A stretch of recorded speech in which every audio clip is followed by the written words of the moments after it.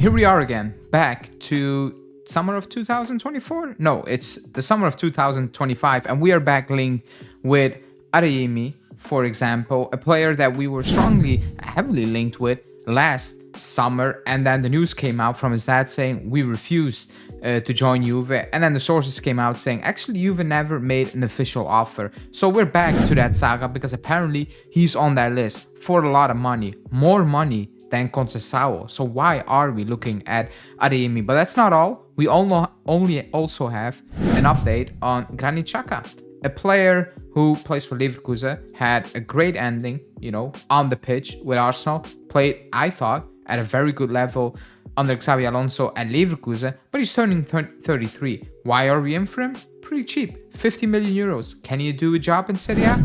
Probably. Is that the biggest thing or the sticking point at this moment in time? Probably not. That and more we can discuss in this video. Before we do that, as always, hit the like button, subscribe to the channel, and let's dive straight into the news.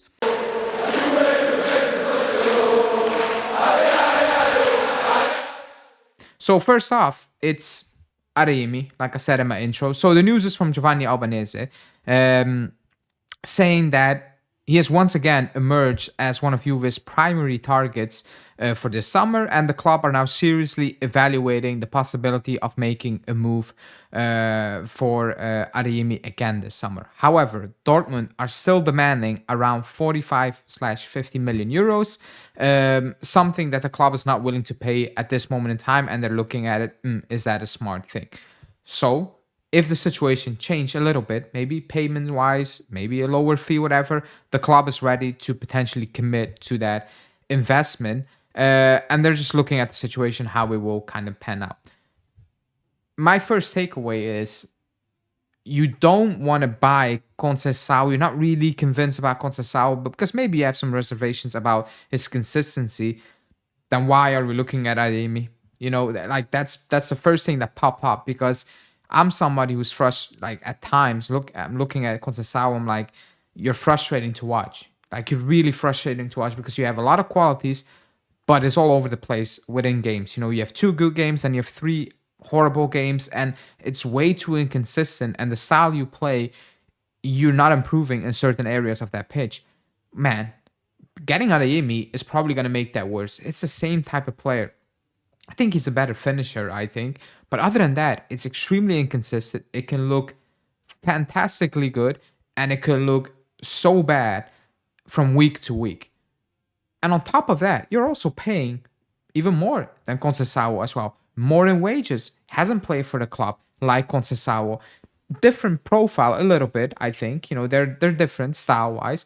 But the output, or the main thing where it's inconsistent, remains the same for both players. So I don't know what kind of list we're having at that club, because the list is all over the place at this moment in time, and we just need to wait and see, I guess. But certain links, even if it's on the list, if you just look at the names on the list, you're like, are we actually sure what we're going to do? Or is it a backup? But then again, the backup options you have, if that deal doesn't happen, we go to him, are more expensive than the deals we're trying to lower right now. So that even doesn't really make any sense. It goes from, is the quality good enough, to, maybe it's a backup plan. We don't get Jadon Sancho, we don't get Conceição, we go for Adeyemi, but then the wages are higher and the transfer fee is higher. So that doesn't really make sense. It should be the other way around, right? Or you should be paying the lower fees involved when it comes to Conceição or Jadon Sancho. But apparently he is on the list. Who's also on the list is Granit Xhaka from Leverkusen, a player that I actually like. I have nothing against the player Granit Xhaka at all, like not one bit. But the news reads is from Gazzetta dello Sport, and actually Mirko Di Natale said he's on the list. No talks, no offers, but he's on the list. And the news from Gazzetta dello Sport is saying that we have him in sights. He's 32, will be 33 soon, and he's valued at around 50 million euros.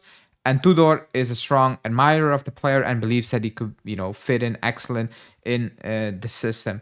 The quality of Granit Xhaka in Serie A will excel, in my opinion. He will do a fantastic job. That's not even the issue. Actually, the price is not even an issue. 50 million euro is nothing. Even for a 32, you can get 2, 3 years out of it. Maybe the wages are more expensive. It's just, is that how you want to spend your money? Is that the targets? Are you going from potentially interested in Ederson? I'm just saying something to this.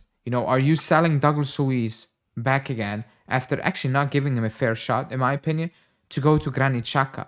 We go from certain targets where it's like that makes sense to other targets where it's like, okay, what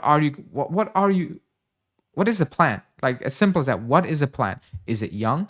Is it players, you can develop or not develop, but are 30, 34, 40, 23, 24, already developed and are, entering their prime almost?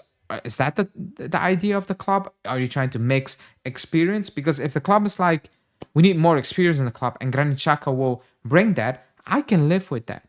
I actually can live with that. I'm not going to lie. I can live with that.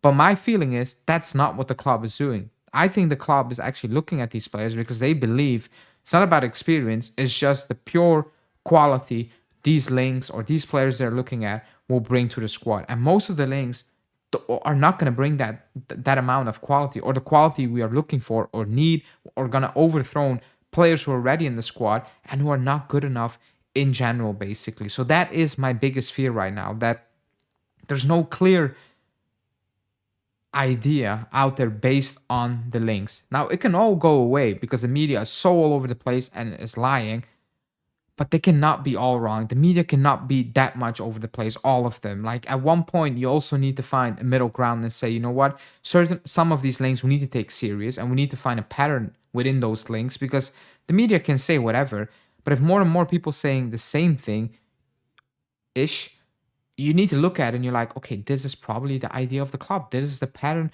we're trying to, pan out. This is what we're trying to do. And that, for me personally, is a worrying sign where it's like, oof, that's probably not what we should be doing, in my opinion. There should be a clear plan and a clear identity, from Conceição to Sancho to Adeyemi.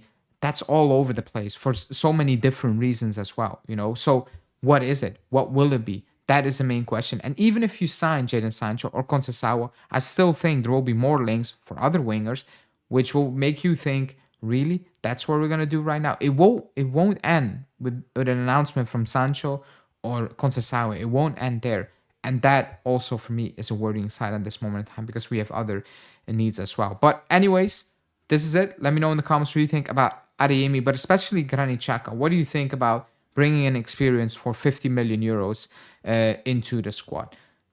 Let me know, and we will talk about it in the comment sections as always. Ciao.